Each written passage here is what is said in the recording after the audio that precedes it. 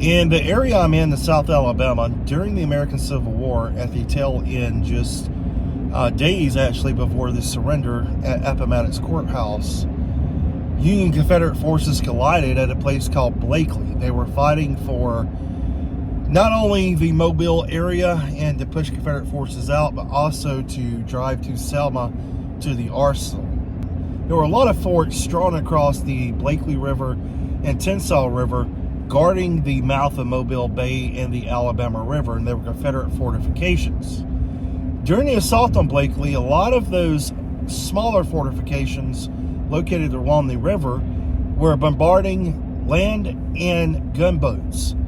And I have an item in the truck with me right now that I procured from someone who is selling it. And what it is a solid shot cannonball that was fired during that campaign. Today, for the first time in over 100 and something years, that cannonball is being returned to one of the few places it was probably shot at. This is what I do with a lot of these relics that I find or that I come across, is I try to sometimes get them back to museums who want them to be able to display them to the public. And this item is very cool. It is it was found here along the Blakeley River several years back, probably in the 70s, 80s, and ever since it's changed hands numerous times between collectors. And I come across it for sale here in the local area. I bought it. It's been in my collection, and now we're returning it to its rightful home where it was once shot. So join me as we show you exactly what I do with some of these artifacts as I come across them. So let's return this cannonball to his rightful home. All right, guys, so we're back at Blakeley State Park, and we've got the cannonball here. Here we're Mike Bunn to the retro Blakeley State Park, also a famed author. This guy's probably one of the best Civil War historians here in this area. So if you ever want to know anything about the Civil War or the Creek Indian Wars in South Alabama, I'm going to put some links to his books up here. You guys got to go check them out. So Mike, the things you guys are doing here at the park, continuing to do, are great, fantastic for Civil War trails. And, you know, guys, when you find artifacts like this, if you're a metal detectorist, that's great. There's nothing wrong with that. As long as you got permission to be where you are, there's nothing wrong with that at all.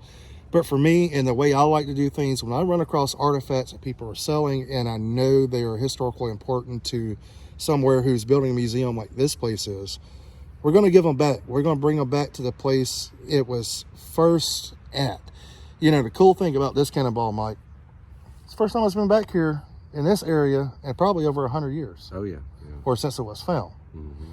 So it was found, probably exchanged hands I don't know how many times through collectors, but now it's back here where it needs to be, going to a museum in the future for other people to see.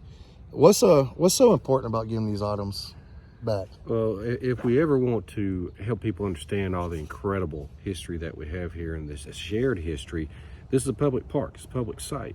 And this stuff really shouldn't end up exclusively in private collections where no one sees it and appreciates it, understands it, studies it. This would be the appropriate place. And I appreciate so much your interest in that and sharing that legacy, so we can hand this on to the next generation.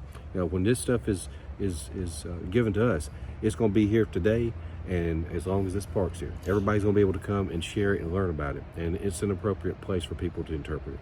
And guys, I know there's some local people to where I'm based out of that watch this channel, and if you got any items pertaining to the Battle of Blakeley you may have, bring them by. These guys are more than welcome to welcome them in.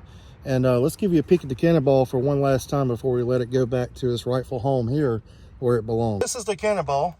We got it kind of wrapped up in the jacket because this thing will blow the door clean off this truck if I make a wrong turn. But it's a 50-pound cannonball, right out of 50-pound cannonball. More than likely this comes from one of the gunboats that was running along the Blakeley River during the siege of Blakeley. I don't know, there was a lot of artillery fired in this area. There was a ton of artillery. And there's still a lot more artillery here, but these can be very dangerous if you don't know what you're dealing with. So if you ever do find a cannonball, don't attempt to dig it out. Do not attempt to pick it up. Leave it there. You could call the park here. Mike would be glad to come out and take a look at it if it's in this area. And this is a solid shot, so it's completely safe. There's no gunpowder in there. Solid shot means it's just what it is, a solid shot, solid iron. Now, you did have cannonballs that was canister shot and had some more cannonballs that had charges in them. This is safe. So we're going to return this to the park. And guys, thank you for all that you do. Keep preserving history. Stay safe. Let's return this baby home.